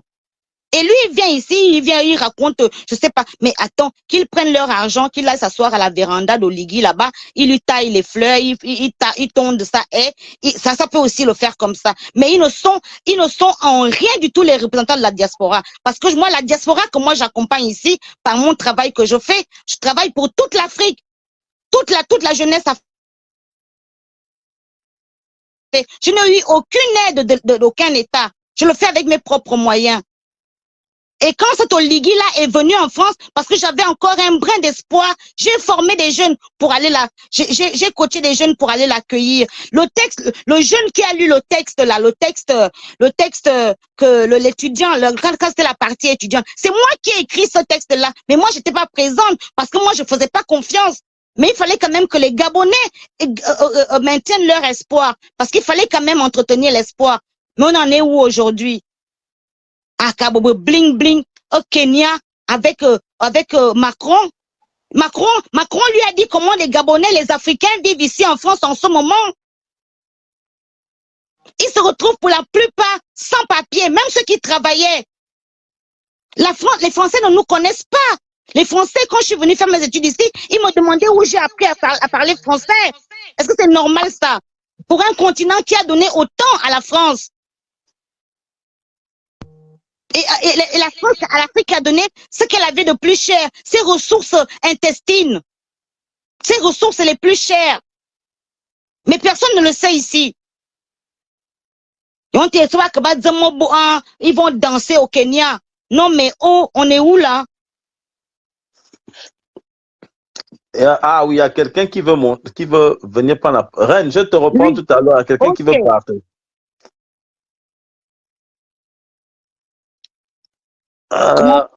Comment on fait pour descendre? Voilà, c'est bon. Bon, vas-y, fais la demande. Celui qui a demandé à intervenir là, viens maintenant, non?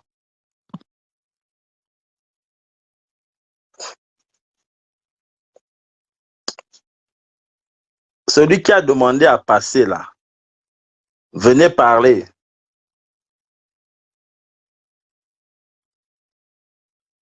Non, moi je pense qu'il faut, le Gabon nous appartient. Vous savez, la contradiction doit demeurer. Vous comprenez, on ne peut pas vivre sans contradiction. Moi, je suis contre cela. Les gens ont le droit de s'exprimer. Les gens ont le droit de s'exprimer. Oui, Kerry, tu peux monter, hein?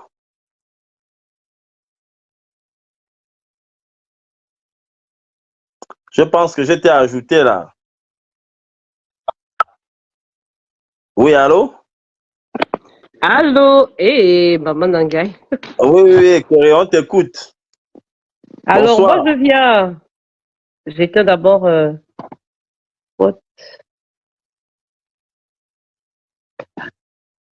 Alors, moi, je viens parler parce que ça m'amuse tellement. Vous avez tellement à dire que ça m'amuse.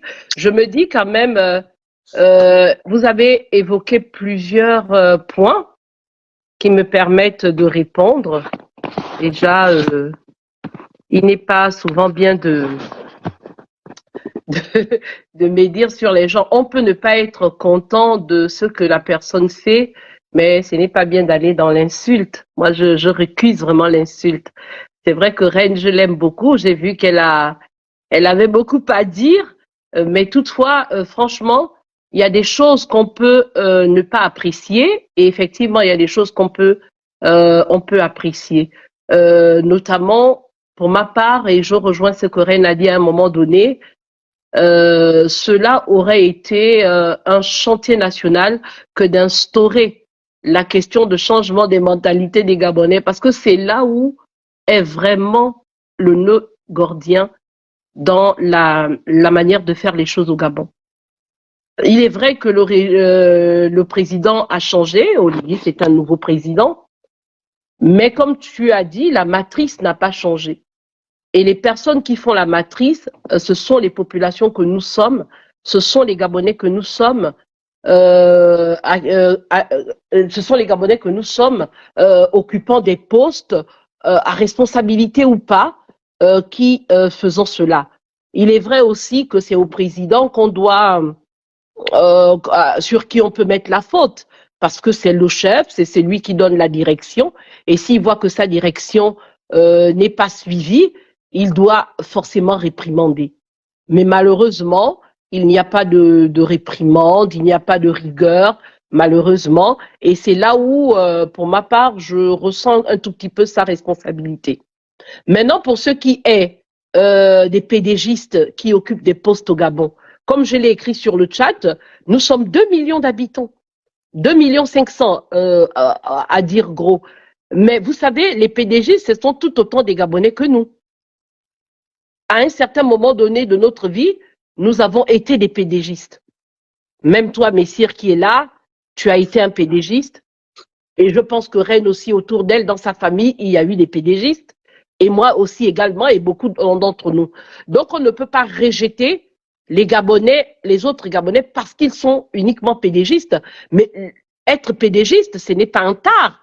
Être PDGiste, c'est appartenir à un mouvement politique. Et maintenant, ces personnes-là qui sont des Gabonais, lorsque on les aurait remis sur le circuit, on devrait exiger d'eux une certaine rigueur dans la gestion des affaires publiques, des affaires étatiques. C'est ça. S'il n'y a pas de rigueur, s'il y a encore, comme la célèbre phrase qui lui est propre, la phrase n'est pas de lui, mais c'est lui qui l'a utilisé, avec qui j'ai entendu ça, les relations copain-coquin, on ne souhaiterait plus que cela soit, mais malheureusement, c'est encore là.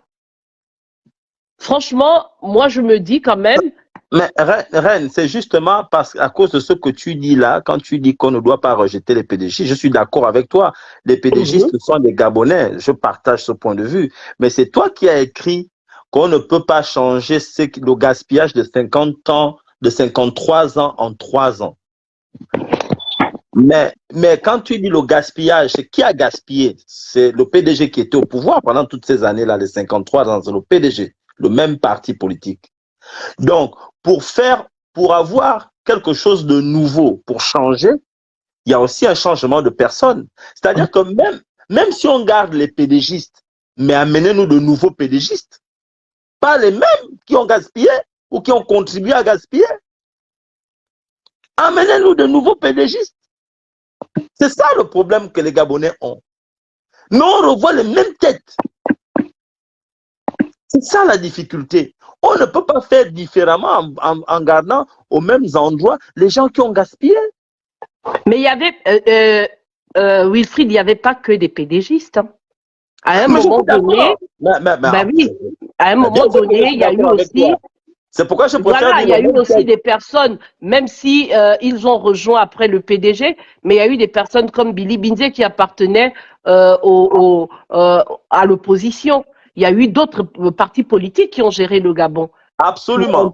Voilà, donc en fait, ce n'est pas une histoire, c'est ce que j'ai envie de dire, même s'il y a Dana qui dit qu'est-ce qu'elle raconte celle-là. J'aime pas trop parler avec les gens qui sont injurieux. Non, concentre-toi sur ce que nous sommes en train de nous dire. Quand on se respecte. Vous voulez répondre, vous aimez attaquer les gens ad hominem. J'ai horreur de ça. Franchement, mon éducation ne me permet pas cela. Non, concentre-toi sur ce que nous sommes en train de nous dire ici. Nous sommes en train de parler au plus grand nombre de Gabonais. Il y a des Gabonais qui sont Gabonais qui nous regardent. Qu'à cela ne tienne, j'étais en train de dire. Mais le problème, ce n'est pas tant le PDG, même si le PDG en est la vitrine, mais c'est d'abord le Gabonais en tant que tel. Absolument. Aujourd'hui, par exemple, tu as dit que le PDG est revenu au pouvoir. Certes, c'est une réalité. Mais qu'en est-il? Non, le PDG n'a pas quitté le pouvoir. Au regard de ce que nous voyons, le PDG est là. Ok, admettons cela. Regarde un peu toutes les personnes de la diaspora qui condamnaient, qui hurlaient, qui disaient des choses qui dénonçaient à leur époque. Aujourd'hui, ils sont au pouvoir. Que font-ils, eux, finalement? Absolument. Ils ne sont même pas meilleurs. Mais voilà, est-ce que c'est un problème du PDG en tant que PDG ou c'est un problème de l'humain gabonais, de l'homme gabonais, de la femme gabonaise, de l'homme avec grand H? Parce que rien ne certifie ici aujourd'hui que vous et moi nous sommes en train de parler et qu'une fois, si jamais nous sommes amenés à incarner des missions, est-ce que nous serions capables de faire mieux? C'est ça. Mais c'est vraiment la véritable question qu'il faut se poser. Est-ce que c'est le PDG en tant que tel ou c'est le Gabonais en tant qu'individu qui, lorsqu'il incarne, il a une parcelle de pouvoir, il change complètement de mindset. Il n'a plus le souci de ce qu'il devrait faire. C'est ça qu'il faut chercher à comprendre. Maintenant, après, si les gens disent que je tourne, je parle, je dis ce que je veux. Tu verses au dossier des arguments qui sont recevables, qui sont même pertinents. Ce que tu dis est vrai, le Gabonais est un problème au Gabon. Moi, je faisais la remarque à un grand frère qui est aux États-Unis, qui me disait que le problème du Gabonais, c'est le tribalisme, Après, je lui ai dit, mais mon frère, ce n'est même pas une affaire du Fang qui n'aime pas le Pounou, ou bien du Mienne qui n'aime pas le Nzebi. C'est pas ça, ça existe, mais ça, c'est même mineur. Je pense, parce que si c'était le cas, mais je lui ai dit que prenons les Gabonais qui sont dans la diaspora. Combien de Pounou se retrouvent même une fois par an pour aller même développer leur coin, comme les Sénégalais font ici en France, à Paris. Je vois les Sénégalais d'un même village, quand ils se retrouvent ici, ils se retrouvent mettre de l'argent pour aller développer leur village. Combien de femmes qui sont de tel village ou bien de telle province, ils se retrouvent une fois par an. Ils ont un endroit où ils se retrouvent. Tu vas voir aujourd'hui à Libre, en France où nous sommes là. Les Pounous se retrouvent entre eux, ils parlent en français. Les femmes se retrouvent entre eux, ils parlent en français. Les miens se retrouvent. Je parle de quand ils sont entre eux, ils parlent en français. Mais tu ne verras jamais ça chez les Arabes. Quand les Arabes qui sont même nés en France, quand ils sont entre eux, ils parlent leur langue.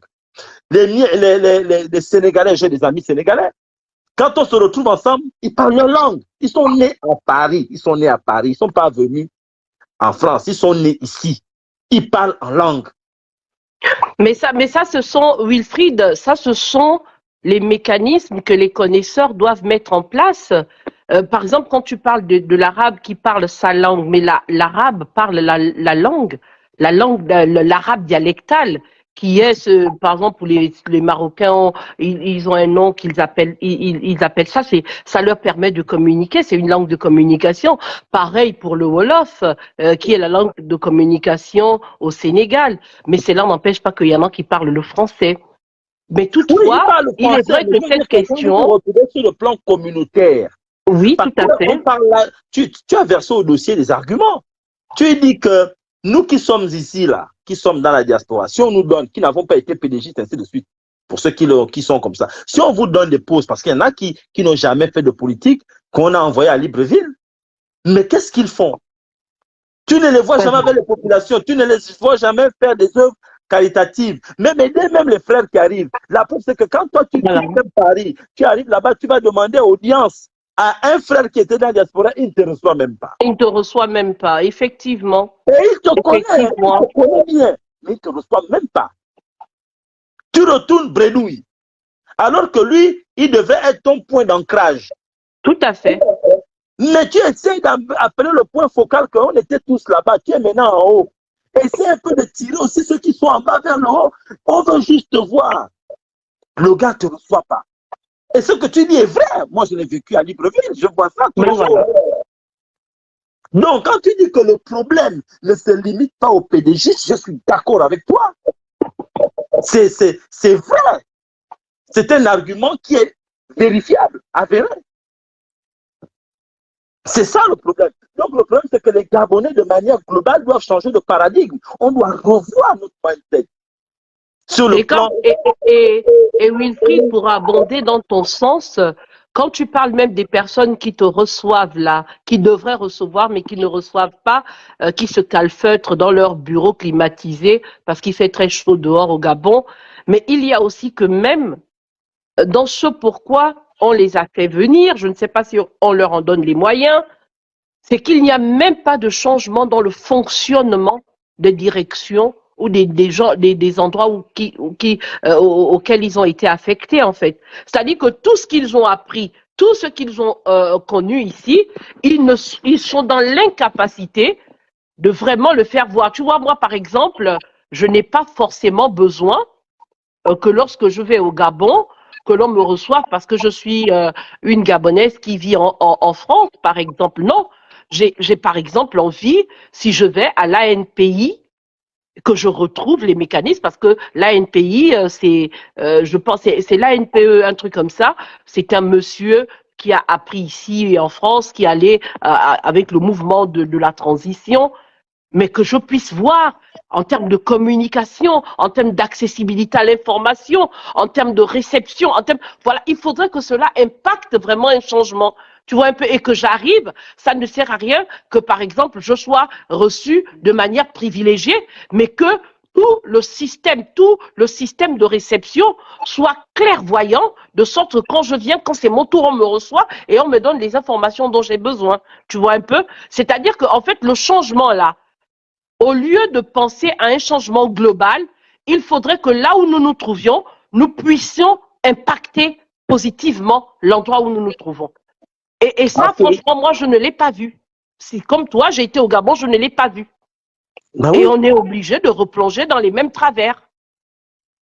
Les mêmes travers. Mais chaque communauté ou chaque partie ou composante de la société forme un groupe. Et ce groupe-là doit se retrouver dans la société et tu dois même apporter... C'est-à-dire que quand toi tu pars au Gabon, tu n'as pas besoin que celui que tu vas rencontrer qui a une situation privilégiée te donne de l'argent. Mais tu as juste besoin d'une information. Tu as besoin qu'on te guide pour arriver quelque part. Tout à fait. Tu as besoin que la personne au moins te reçoive un minimum. C'est tout à recevoir, fait. on ne reçoit pas. Et c'est ce que On moi peut j'ai reproché, pas reproché, hein, c'est un peu ce que j'ai dit à la dernière vague qui vient de partir pour l'inauguration du bâtiment qui porte le nom de Bongo, là. Je leur ai dit, mais quand vous dites que vous avez reçu le directeur, enfin vous avez déjeuné avec le directeur de douane, il vous a dit donner si c'est un tuyau ou bien une information de comment faire pour dédouaner moins cher les affaires au Gabon. Mais pourquoi le directeur de douane vous le dit en aparté? Pourquoi il ne fait pas, je ne sais pas moi, pas un communiqué, mais des flyers, des informations, des trucs, un livret, où tout ceci est expliqué? Et si les gens veulent le faire, ils vont prendre le livret et ils suivent tranquillement pour que tout le les monde puisse étapes en qui a été bénéficier, pour que données. tous les Gabonais puissent en En bénéficier. Parce que bénéficie. Il faudrait pas que ça soit du bouche à oreille. Il faudrait pas que ça soit à la tête du client. C'est ça qui est regrettable, en fait. C'est ça qui est regrettable à un moment donné. et des fois, même vous à qui donne cette information, vous n'en avez même pas besoin. Mais celui qui en a besoin n'est même pas au courant du procédé. C'est ça la difficulté du Gabon. C'est ça. Et vraiment, c'est vraiment quelque chose de très, très important. Si on arrive à mettre l'accent sur l'humain au Gabon et mettre en place, c'est pourquoi dans dans l'échange que j'ai eu sur le panel, enfin, sur le chat, j'ai dit, en fait, le véritable problème, on devrait d'abord commencer par la base. La base, c'est le remindset. C'est vraiment reprogrammer mentalement les gens. C'est vrai qu'à travers en lançant des trucs sur l'entrepreneuriat, c'est déjà une étape. Mais l'entrepreneuriat sans base, ça ne vaut absolument rien. Il faut d'abord mettre les bases pour faciliter les gens à faire de l'entrepreneuriat. Et puis, n'est pas entrepreneur qui veut, hein. Tout le monde n'a pas vocation à être entrepreneur, par exemple. C'est vraiment celui qui veut être entrepreneur qui fera les mécanismes. Après, quand on va voir qu'il y a une facilité, il y a un véritable accompagnement, mais vous n'auriez pas besoin de faire 1000, on appelle ça comment, 1000 publications, 1000 appels. Les gens viendront d'eux-mêmes. C'est vraiment l'exemple qui attire. Il n'y a pas plus meilleur enseignant que l'exemple. Lorsqu'on aura mis 2, 3 personnes qui feront quelque chose et on va voir, machin, on verra. Tu vois, moi je prends par exemple le cas de la maison de l'innovation. Hein, je ne sais pas la direction de l'innovation au Gabon, mais vous trouvez normal que pour le mot innovation, qui réunit la Silicon Valley aux États-Unis, où les gens se précipitent ici à Sarclay en France, c'est une BD qu'on fait une inauguration, qu'on va maintenant faire une BD, c'est ça l'innovation. Mais si on ne connaît pas, on s'entoure des personnes qui connaissent. Ça ne sert à rien de prendre sa sœur, de prendre sa copine, de prendre sa pote pour aller former un groupe et finalement vous êtes là que dans le mangement, il n'y a rien de concret. Il n'y a rien de concret. Et je vais terminer par cela, je suis d'accord avec toi que tu puisses dire qu'au Gabon, il n'y a pas qu'Omar Bongo qui a impacté notre pays. C'est vrai qu'il a fait 43 ans au pouvoir et nous sommes aussi en droit de réclamer que d'autres grandes figures qui ont fait du territoire national que nous connaissons, qui est le Gabon, il faudrait que ces personnes-là soient aussi remerciées. Au Gabon, on a un souci avec la reconnaissance de ceux qui nous ont précédés, la reconnaissance de nos figures emblématiques, la reconnaissance de ceux qui font l'imaginaire collectif du Gabon. Ça, on est incapable de promouvoir ça. Tu as parlé de Nyond Makit, tu as parlé il y a tellement de grandes figures qui ont fait l'histoire du Gabon dont on ne connaît même pas. Vous allez voir un aéroport, on ne connaît pas le nom de ce monsieur. C'est toujours les mêmes noms comme tu as dit. L'aéroport ceci. Vous allez voir un grand établissement, il n'y a même pas une plaque qui dit ce que la personne a fait. Quand tu vas au lycée d'État, c'est Paul Njenjen Gonjou. Est-ce qu'il y a une plaque, un truc où on renseigne qui est cette personne, ce qu'elle a fait? Mais c'est ça qu'il faut. Il faudrait d'abord que nous nous ancrons dans notre histoire nationale, dans notre récit. Et c'est notre récit qui est en phase vraiment de nous fortifier, de savoir que si les anciens ont fait ça pour que le Gabon soit le territoire sur lequel nous sommes, c'est que nous aussi, nous sommes capables de faire quelque chose pour que nous impactons nos territoires. Il est vrai qu'on doit dire, Bongo, je suis tout à fait d'accord avec toi, mais ce n'est pas le seul. On ne va pas nous dire que le Gabon est né avec l'avènement de Bongo. Je te dis. Ok, Voilà. il y a quelqu'un qui veut venir là. Merci, Kerry. Ben Merci voilà, beaucoup. justement, je te disais au revoir aussi. Merci Merci. beaucoup. Merci, bonne soirée, excellente soirée. À toi aussi. Il y a quelqu'un qui veut intervenir là. Euh, je n'arrive pas à voir. Bon, écoutez, la famille, ce que je voulais dire, c'est que, voilà, c'est sans haine. Nous ne sommes pas là pour faire la haine. Nous sommes là pour exprimer euh, notre point de vue. Fut-il différent, c'est selon. Mais la démocratie, c'est aussi la diversité d'opinions. La démocratie, c'est que les gens doivent s'exprimer. Regardez en ce moment, le président Macron est en Afrique. Mais vous tapez toutes les chaînes françaises, il y a des débats partout sur ce qu'il est allé faire là-bas. Parce qu'il représente une nation et tout le monde doit participer à l'évolution de la cité, au débat public. Au Gabon, le président pose un acte, il n'y a que les gens qui sont d'accord avec lui qui viennent à la télé débattre. Il y a une partie que j'ai aimée. Vous savez, lorsqu'il y avait l'élection, on faisait quoi? C'est lorsqu'il y avait le référendum. J'étais tellement content d'être Gabonais quand il y avait le référendum parce qu'il y avait des débats tous les jours. J'étais extrêmement content quand il y avait le référendum parce que il y avait la contradiction. C'était intéressant. La télé redevenait intéressante. La démocratie était en train de jouer son rôle parce que les gens s'exprimaient. C'est comme en ce moment à TV+. Il y a TV+, il y a des débats là-bas où les gens s'expriment à bâton rompu. Quand il y avait les élections législatives, ceux qui étaient candidats, chacun partait et s'expliquait. Dire pourquoi il veut être maire, dire pourquoi il veut être député. C'est ça la démocratie démocratique. On ne peut pas réduire les Gabonais au silence. Les gens doivent s'exprimer. Ceux qui ne sont pas d'accord doivent expliquer pourquoi ils ne sont pas d'accord.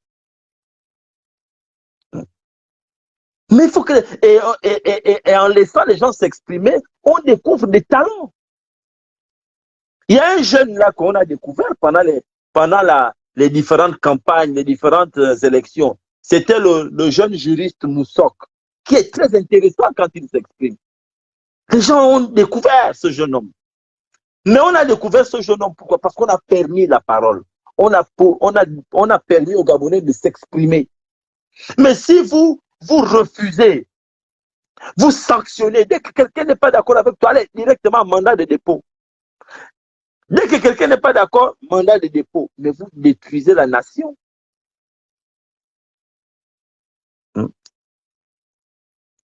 Vous détruisez la nation si on va dans ce sens-là. Le débat contradictoire éveille le Gabon. Quand on dit éveille-toi, Gabon, mais on se réveille. Qu'est-ce qui nous éveille? C'est la contradiction. Mais les gens ne comprennent pas. Au Gabon, on n'a pas ça. On ne comprend pas ça.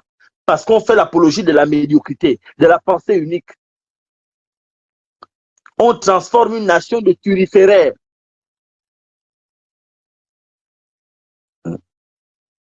C'est ça le problème avec le Gabonais. Moi, je vois ici à Paris, quand tu vois le nouveau député, le nouveau maire de Saint-Denis, quand il s'exprime, on l'a découvert là. Quand tu vois Obono, ma soeur Obono, quand Obono parle, elle cogne sur Macron, elle cogne. Mais quand il se voit, il se rend compte, c'est respect, respect. Elle ne manque pas de dire, monsieur le président. Ce ne sont pas des ennemis. C'est ce qu'on appelle l'intérêt supérieur de la nation. Mais au Gabon, on pratique malheureusement, et c'est dommage, on pratique l'intérêt supérieur du président ou l'intérêt supérieur du régime au pouvoir. C'est ce qu'on pratique au Gabon. On est dans l'intérêt supérieur du président ou bien l'intérêt supérieur de celui qui est au pouvoir parce que les gens s'attendent, ils veulent quelque chose.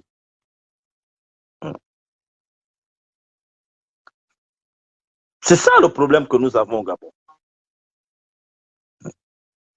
Mais au Cameroun, oui, moi quand je regarde au Cameroun, Biya, bon, parce que Biya est vieux, c'est un dinosaure. Il permet le débat. Le débat est contradictoire au Cameroun. Au Cameroun, ils ne blaguent pas là-bas. Là-bas, la presse parle. Au Gabon, nous avons des progrès à faire de ce point de vue-là. Tu arrives à la télé, tu ne peux pas contredire. Tu n'as pas le droit de dire que tu n'es pas d'accord. Le journaliste qui t'interviewe même a peur. Parce tu sens même qu'il a peur de perdre sa place parce que tu as dit que tu n'es pas d'accord avec le président. Il a peur, il se dit, oh, on va m'appeler, oh, on va m'appeler, oh, on va me dire, oh. C'est ça le problème que nous avons au Gabon. Nous avons du progrès. Il faut que nous avons des progrès à faire en termes de diversité d'opinion. Nous avons des progrès à faire. La démocratie n'a pas de place sans débat contradictoire. C'est impossible. Et le fait de ne pas être d'accord avec le régime ou avec une décision prise par le gouvernement ou le président de la République, puisqu'il est chef du gouvernement, ne veut pas dire qu'on ne l'aime pas. Ne veut pas dire qu'on veut qu'il parte. Ne veut pas dire que on... Non, c'est pas ce que ça veut dire. Ça veut juste dire quoi? On n'est pas d'accord. Un peu comme ton épouse peut ne pas être d'accord avec toi dans la maison. Un peu comme dans la famille, lorsqu'il y a réunion de famille, des frères peuvent ne pas être d'accord sur une décision. Ça ne veut pas dire qu'ils ne sont plus des frères. Un peu comme dans une équipe de football, des coéquipiers peuvent ne pas être d'accord. Ça ne veut pas dire qu'ils sont maintenant des ennemis. Ça arrive. C'est humain et c'est normal.